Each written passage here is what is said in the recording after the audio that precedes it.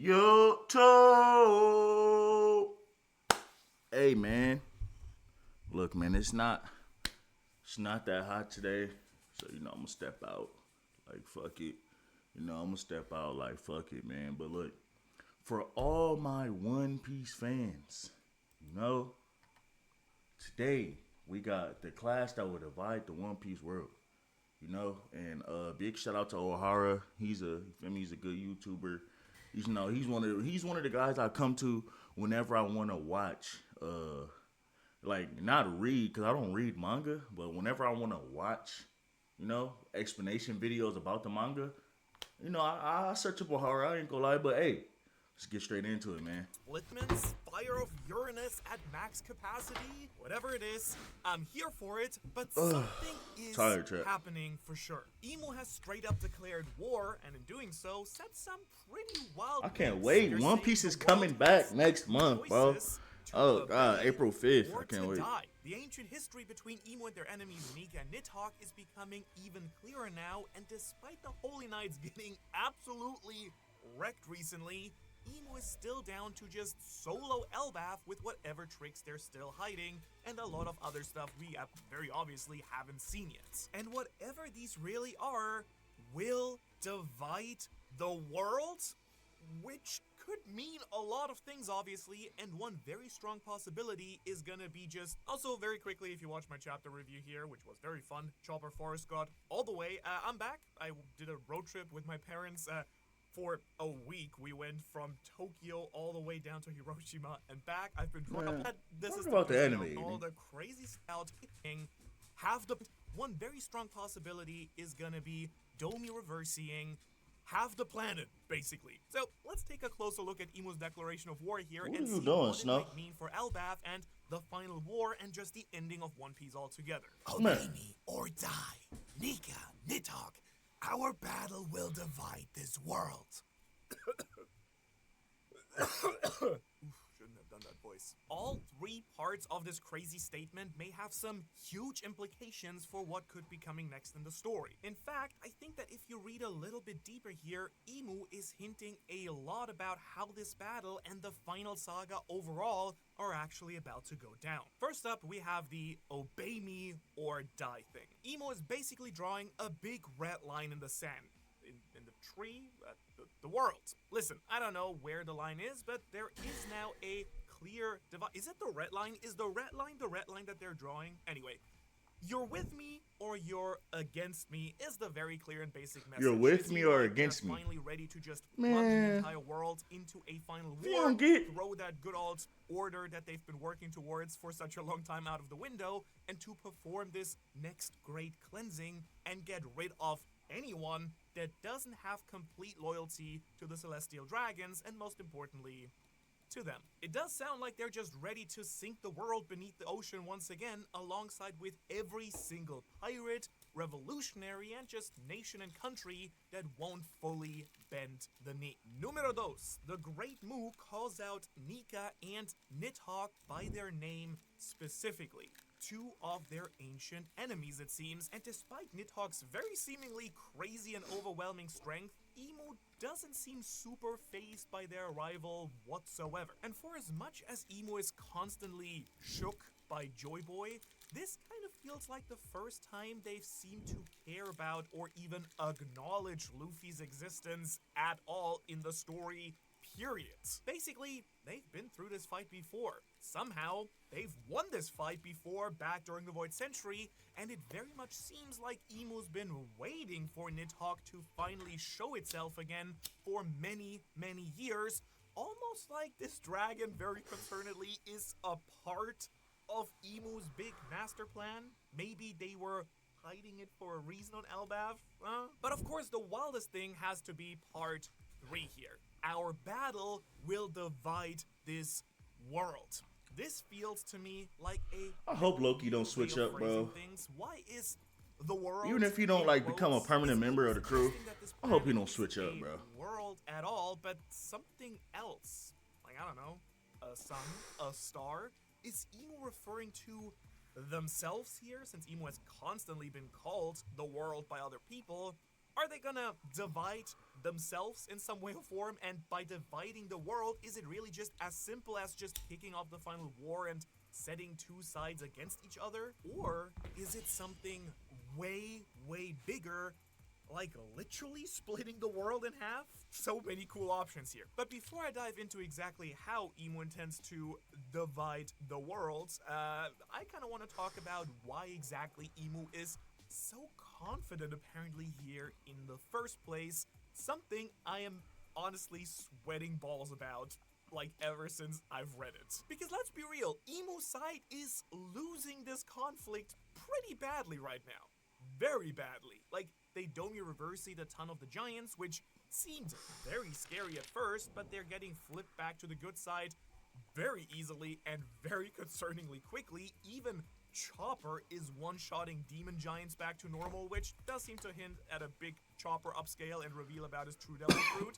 We talked about this in this video, but also just seems like a big Domi Reversey downgrade overall. Meanwhile, the Holy Knights are just completely washed so far.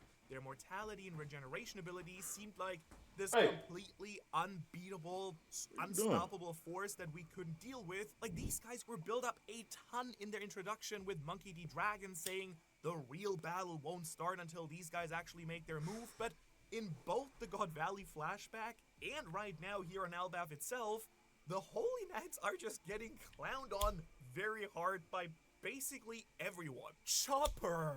And at this point, the Holy Knights have definitely just failed in their mission too. Shamrock went to try and recruit Loki, failed. They then tried to kidnap the giant children, failed. Summers and Killingham just stomped and incapacitated, respectively, which, by the way, I love that the Straw Hat strategy for bypassing Killingham's immortality is just the buggy method of just separating all the body parts and locking them away. Turns out they've just been preparing for this battle ever since the East Blue. Also, even though I'm slightly displeased about all the Domi Reversey stuff and like the, you know, how everything hasn't scaled quite as well as I hope with the Holy Knights, seeing a callback to the buggy stuff in this chapter was absolutely satisfying and peak. And just to be completely clear, I also think that there will be something happening with the Holy Knights, and, you know, with everything going on with Domi Reversey, I don't think this is its final form. That would be, I mean, not that it's, like, terrible, but a bit underwhelming, so I still think that Oda is kind of introducing the Holy Knights as this crazy threat. Everyone says they're this big deal. They don't live up to it, but then Imu does something, flips a switch, does, like, you know, maybe they get Domi Reversey, or they get their demon forms. Like, very clearly, there should still be. Bro, how does Imu look, bro? I want to like. We haven't seen Killingham do anything Jesus. really with his mythical fruit that's super crazy yet physically. I think there are still options here, but, you know, still buggy stuff peak. With that being said, though, you'd still think that with the plan a complete and utter failure, with all of the Holy Knights other than Gunk Emo defeated, now would be the time for a very swift and, let's call it, tactical retreat. I mean, the Holy Land is on fire, I think. Emu already recalled Shamrock to help take care of things back home. At this point, why not just cut your losses and try Elbaf again when the Straw Hats aren't very conveniently there at just the right time to foil your exact plans? But no. Emu, even inside a borrowed body, projecting themselves, which I assume would limit their power by a significant amount, their true power, is absolutely ready to fight on their own. Obviously, they're plenty strong to take on Usopp and Brook, even showing off some new powers in the fight that we haven't seen before yet. Emu's list I'm not gonna say Brook and Usopp are trash, but longer, come on now. Longer. Now having teleportation and freezing somebody in place in the mix, which is kind of wild. Like, they're getting the real upscales that maybe all the Holy Knights should be getting. And let's be real, things do not look good for Luffy if Emu can just one-shot God Usopp. I mean, what chances does a Sun God possibly have when the brave warrior of the sea has already failed? But beside that obvious caveat, what else does Emu actually have up their sleeves, right? Like, again, they've been built up to be these endgame level villains, so if they've just got beaten here during their first appearance, then where are the stakes for the final war? Where are the stakes for Elbaf? If Oda wanted us to get real invested in the final saga, the Straw Hats could use a very serious beating and a serious loss here. They about to go to Laugh Tale next. Saba Odi Archipelago moment, X10, right? I can't wait. Truth threat of the enemy feels just completely overwhelming, and the heroes are up against truly impossible odds. So with all of that being said, why in the world is Emu so supremely confident then that they'll be able to take on the combined power of Nika and Nidhogg? No problem, being very happy that they both finally showed their faces. Well, because for she don't starters, know, they've bro. already demonstrated like God tier level durability back during the God Valley flashback. While possessing Saturn, Emu tanked very easily, no worries, no sweats broken, a combined full force attack from Whitebeard, Big Mom, Kaido, Roger, Garp, and Rocks, and the result was exactly 0 damage. 0. However, we've also been shown that Nidhogg does seem to have some specific kind of ability that's able to break through the abyssal immortality and regeneration powers since, you know, Loki was actually able to kill Herald once he had eaten the fruit. And personally, I also like to suspect that Nika's abilities might also be part of the counter to Emu as well here. That just would make a lot of sense with all the crazy contrast and two sides of the same coin stuff that's happening with Luffy and Emu. Really, it's very odd because it seems as though Nika and Nidhogg are some of the only beings in the One Piece world even capable of doing anything to Emu and giving the world a real chance at beating the Celestial Dragons to begin with. But at the same time, it just kind of feels to me like Emu's evil plans just fully depend on them being around in some weird way or form, right? You know what I mean? Like they've been waiting for them to show themselves, which is making me very uncomfortable. And when I read this and saw how excited Emu suddenly got, like, I kind of thought back to another Sabaody Archipelago moment where it could have something to do with why Rayleigh and Roger and the Roger Pirates overall were just so hesitant to reveal the truth to the world. Like, you know, where Rayleigh was kind of saying like, hey, once you find the One Piece, maybe you'll find a different answer than we did. And then, you know, whenever we see like Vegapunk's speech or something, he's just drowning himself in like some sake and is like, if only they knew the truth, right? You know, like maybe when they reached Laugh Tale, they found out that yes, theoretically, Nika and the Nidhogg and maybe the Hellflame Serpent too, they have the power to actually, you know, like take down Emu and change the world. But also, they've been used by Emu to destroy the world and control the world to begin with, and Emu kind of needs them as well for their own gains, and you would need someone who actually is able to outsmart Emu, which hasn't really worked out in the past. Hopefully will work out this time with Luffy, but, you know, Emu just being like, yeah, I mean, you guys are the strongest power in the world, but I'm just gonna make use of that power, not you guys. I think this goes very well also with another theory we've talked about recently about, like, Emu in each of the worlds using a different one of Dang, these so shadow this is weapons. Emu And looking Mural, at the Luffy that face to talks about Mural. face. And the idea Woo. that, you know, in the second world, they Oh used my. Nika's body, this giant shadow Oh being the my. sun in the mural on the complete left side. Maybe that's Nika. Emu using Nika's body. In the first world, they were controlling the Hellflame Serpent.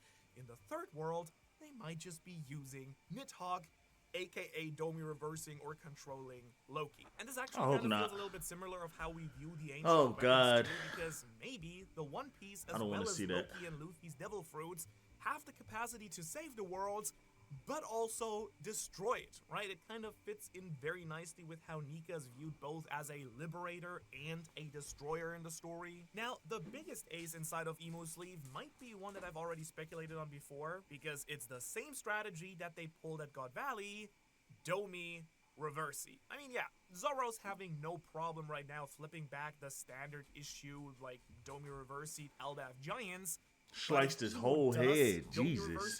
We've not seen that in the anime. Zoro, right? And they'll all have a much harder time Sliced his head into or bits. overcoming a giant demon Nidhogg dragon or a giant Ashura Zoro form. I've already mentioned this before in a few videos, but I'm very worried that all the crazy demon connections we've been getting for the Straw Hats, you know, Luffy being Sun Wukong, and Zoro having Ashura, and Sanji having Ifrit, and all these things, right? Usopp being a Tengu. I'm very scared we'll see, like, Domi reversing versions of all the Straw Hats.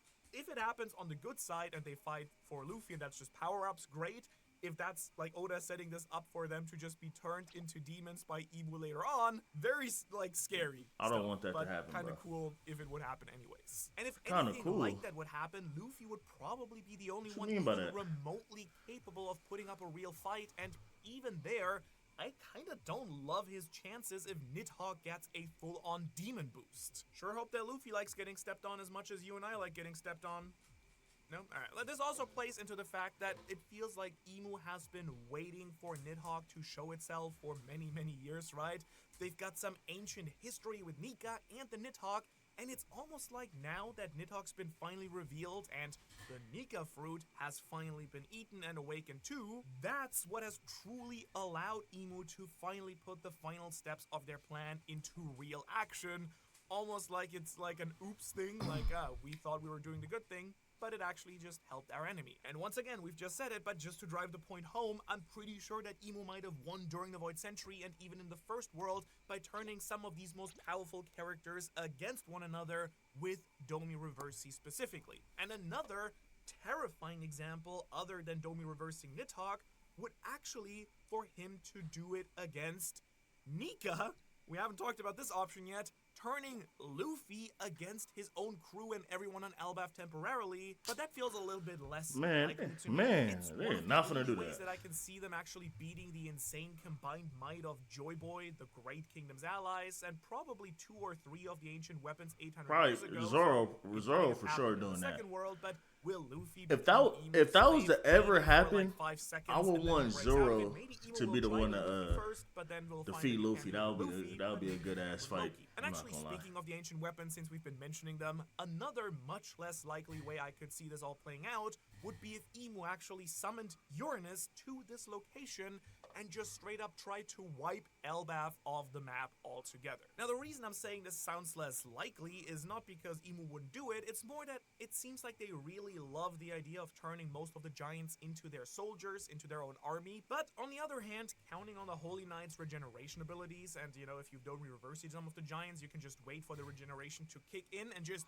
obliterate the island and then come back and pick up the guys and like their pieces later. That could be a potential actually valid strategy. You know, the kind of scorched earth policy that the world government just loves, you know, what with its Buster Calls and Lulucia obliterations, it's kind of on brand, really. But truly, the best option that I can see is still the classic divide and conquer approach, which brings me to what exactly Emu might actually mean by our battle will divide this world. And there are a few really interesting and unique ways that I could see this playing out, because Emu is very obviously hinting at something real that they're planning here. First off, there's just the very straightforward answer. It just means, like metaphorically, the final war is about to happen, right? The Holy Knights already stressed the importance of Elbaf in all of this, saying that whoever the giants will side with will kind of help determine the outcome of this big war. Which, you know, kind of weird still, considering that other than Loki, most of the giants haven't proven to be all that formidable in the grand scheme of things so far, but maybe there is still a lot of slumbering potential that we don't know about. Or maybe it's something Galela related, I don't know. Bro, they're fucking giants. This battle is just one domino they're falling, fucking giants, bro. The final war across who wouldn't want giants on their team? I would love to have a giant on my also team. weird that it's this battle and not, you know, the one currently assaulting Marijua apparently, but that just gives even more of a sign that Nika and the Nidhogg are just super important in the big scheme of things here. In the big picture, in the great scheme of things is what I wanted to say. This standoff between Luffy and Emu signifies the two sides of a war. Also, I kind of wanted to bring something up that kind of stood out to me in the Japanese version of the chapter, because this line, dividing the world, connects directly back to Bing Sake too, with the line, "We are pirates dividing the seas," is how it's actually phrased with wareru in Japanese for both what Emu says here and in the song. It's pirates and the philosophy of freedom against the world government and its philosophy of control. So the war, I guess, has officially begun, and who knows, maybe it might mean something more sinister than just being a metaphorical war. Maybe, I don't know, like, again, I think Bing Sake is the story of Joy Boy, right? That's the big theory that I've been basically presenting for like the last 2 years. I think the more we learn about Joy Boy and everything and the mural, like, it just seems to be more and more true. So maybe the "we are pirates dividing the waves, dividing the world," maybe that's a much more literal thing that once Joy Boy did, but then actually Emu is using now as well. Like, maybe there's, again, two things, two parts of something. I personally would bet my butt that there's like something actual, real, and tangible here. and not just a metaphor for war. Because that would probably be the less interesting way of looking at things anyways, right? I kind of think that if we read between the lines a little bit more, Emu's statement here could be way crazier if we take it a little bit more literally. First off, once again, why are there the weird quotation marks around worlds, right? That almost suggests that Emu doesn't see this planet as a world at all, at least yet, right? I've speculated before, based on clues like the forbidden sun being beneath the planet's surface and the weird astrological model on Ohara that shows the One Piece planet surrounded by a lot of other smaller planets that we don't see, that the One Piece planet could actually be a star, could be the sun itself that's inside a giant Dyson sphere or something like that, and that the One Piece star system is a, binary star system. We have a second sun, two suns, the one that we see in the sky, but there used to be two. So the moon that's surrounding the One Piece planet could actually just be planets, which would explain why it once had a thriving civilization that ran out of resources. And then they went down to the star to farm the star for energy. See, I told you I could just talk about the One Piece moon without having to mention NL a single time. If that ever, like... Oh, okay. I see what happened. Okay, well. Maybe because it's, I've been talking a lot about the Eldrazi from Magic the Gathering on my other channel, Manu Crypt, but Emu does give you a lot of these, Cthulhu, cosmic-style horror vibes lately, like these big entities that are from another world. Just wanted to throw it out there, but could the king of the world actually just be some kind of extraterrestrial terror ready to finish out their planet harvesting plans or something like that?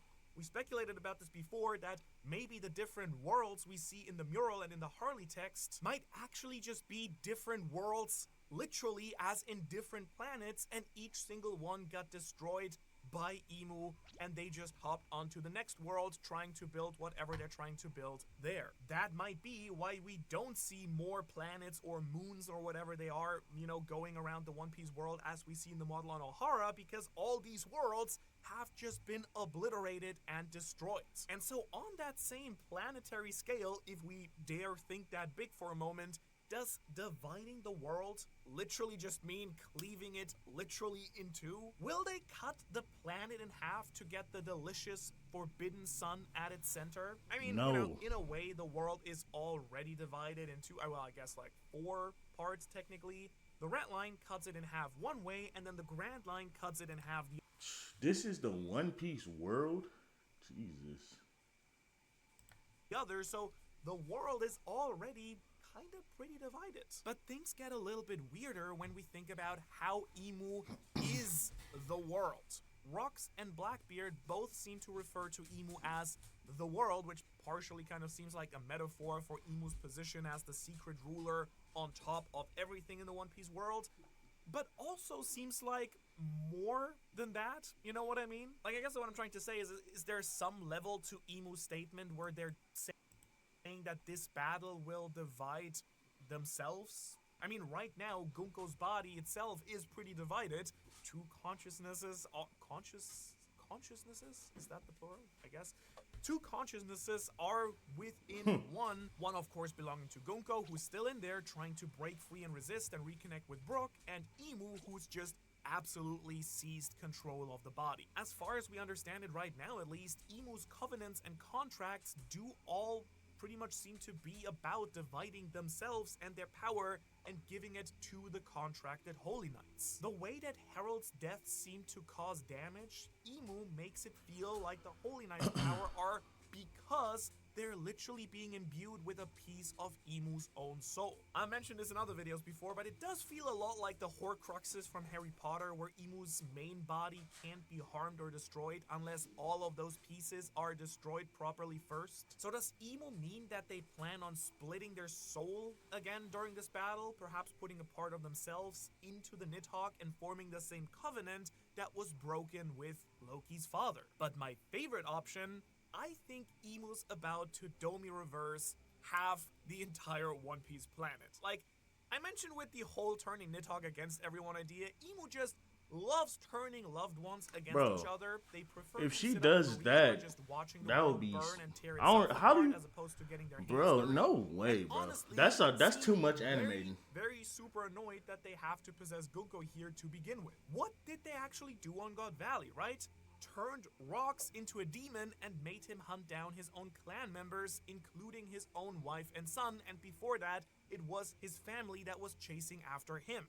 Here on Elbaf, they're turning giant against giant, and the Holy Knights prior to Emo's arrival here were just trying to coerce the giants into pledging loyalty to them by just threatening and kidnapping their family and their loved ones. And this is of course a tendency we've seen with a lot of One Piece villains all throughout the story, brought into full force with this big endgame villain. Doflamingo of course was all about controlling people with his literal strings and making them slaughter their own countrymen. Crocodile didn't try to take Alabasta by force, he planted the seeds of a revolutionary civil war where the country's own people would just fight against themselves, destabilizing the throne that way. And I think it's extremely likely that Emu will do the same thing on a global scale as well. If Emu Domi reverses half the world, and not necessarily by the hemisphere, but half of the population, like a Thanos thing, right? Like half the people are Domi reversied.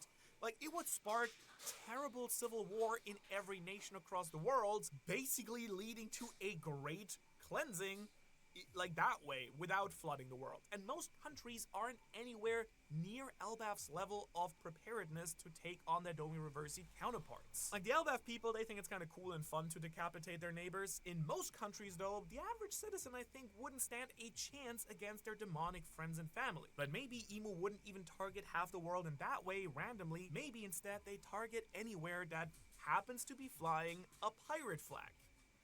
Especially a Straw Hat one. Perhaps they target the humans, leaving only fishmen, minks, sky races, and so on, or vice versa. But really, half? Like, is Emu even that strong? Isn't that just, like, absurdly busted if they actually can do that? Sure, I mean, we've seen them control the people with covenants from long distance, but transforming people all across the globe feels like a little bit too much. Unless there is a way that they've been building towards for literally hundreds of years. You know, like the giant bridges that they've been constructing since the Void Century. And in a world with no shortage of boats and where they already live on top of the Red Line, I've been wondering what these bridges are actually for. What if Emu actually is building a giant abyss circle? Why? Well, this might just be the reason. If Emu is going full Metal Alchemist here on us and building a massive magic circle, it could amplify their abyss powers and let them cast this giant ritual on a global scale. And I actually go very deep on how I think that might work in this video right here that you should check out on the diabolical true purpose of the world government's massive bridges. Check that out, otherwise... Jesus. Hey, man. That's that. Like, comment, and fucking subscribe. Nigga. Man, like, I know I've been gone for a minute, man, but, you know, turn me up, man. You know, I'm good with the giveaways, but I don't fuck with the give. Man, Beezy out, man.